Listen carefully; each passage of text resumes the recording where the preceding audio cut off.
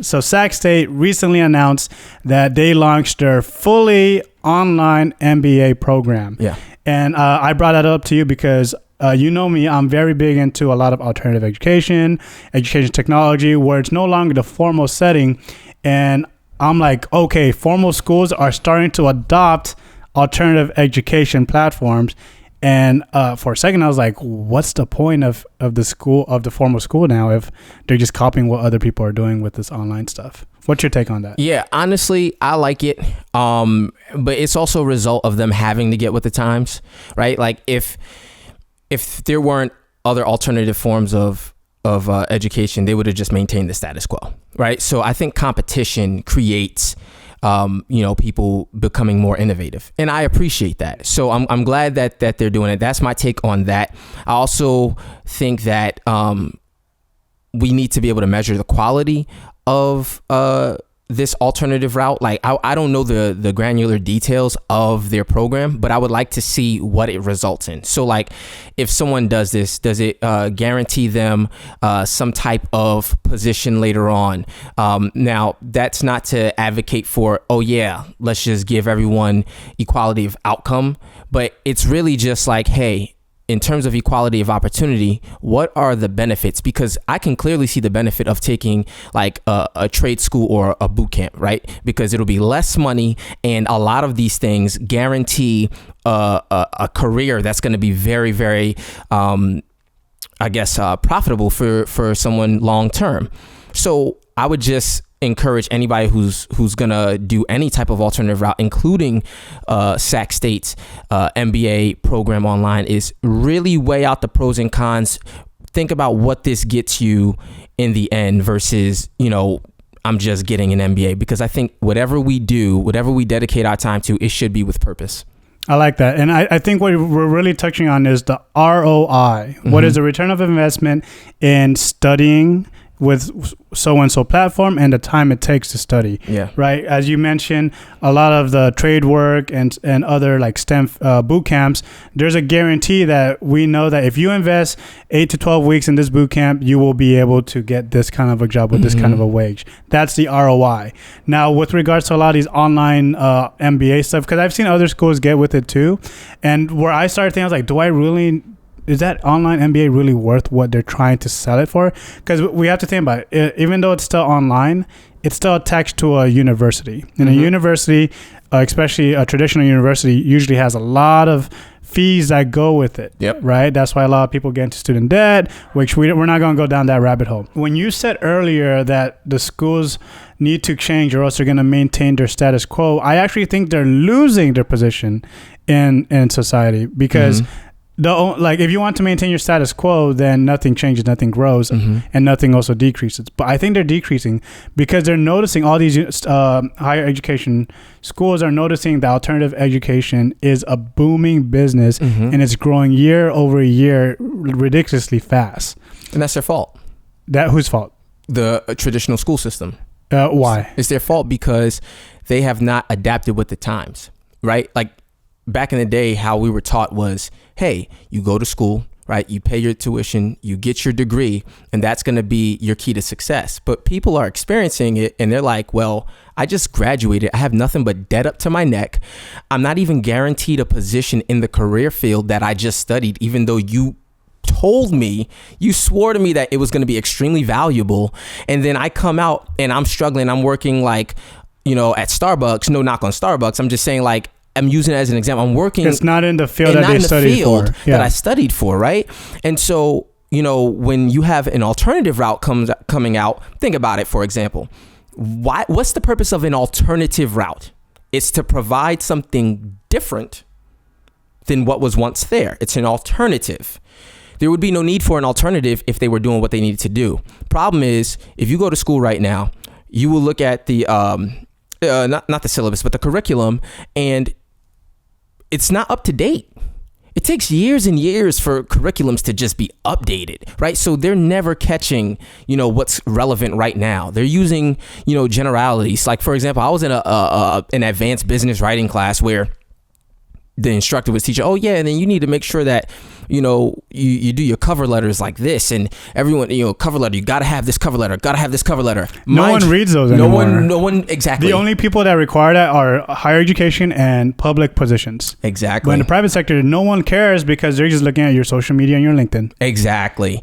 And that's just a real life example. And honestly, this was as recent as 2022, early 2022. And so that's my whole point. It's like when that's part of your curriculum, but it's not even relevant, well, then that's not classified as good information, right? Because good information, it needs to be relevant, it needs to be timely, it needs to be accurate, it needs to be objective. I forgot all the different characteristics of good information, but those are some of the key ingredients to good information. And so when public school is or any institution is giving you information that is no longer timely and relevant and accurate, well, now there's a problem.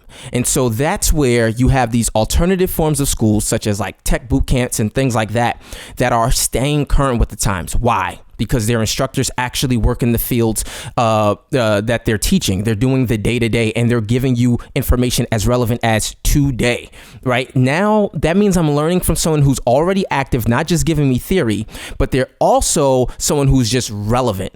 They're absolutely relevant, and they have my best interest at heart. They're not lying to me. They're actually doing it. And I know that you care about me. Why? Because you are doing this day to day and you're already successful in the field, but then you're taking the time to give back to me and you're giving me your wealth of knowledge, which I can now take and I can be successful too.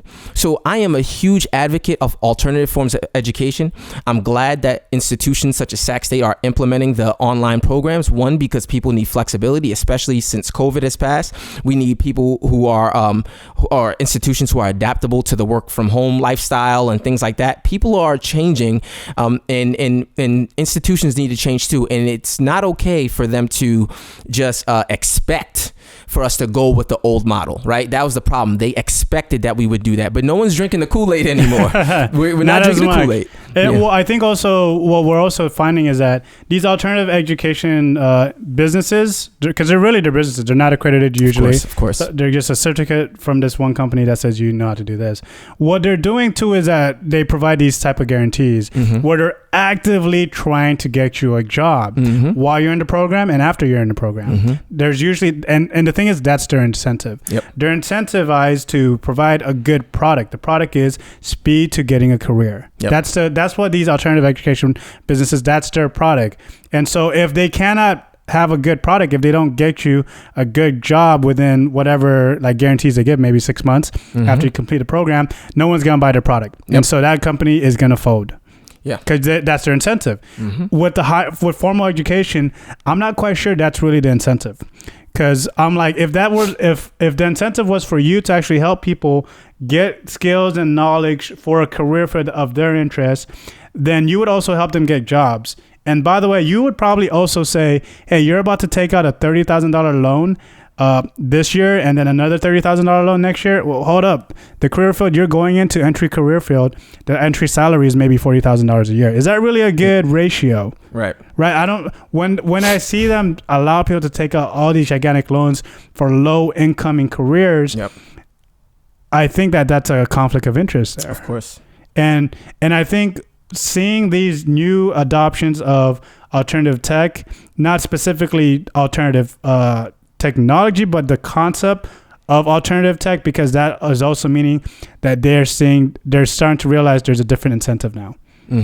And so, and what with these higher education universities, they're still a business.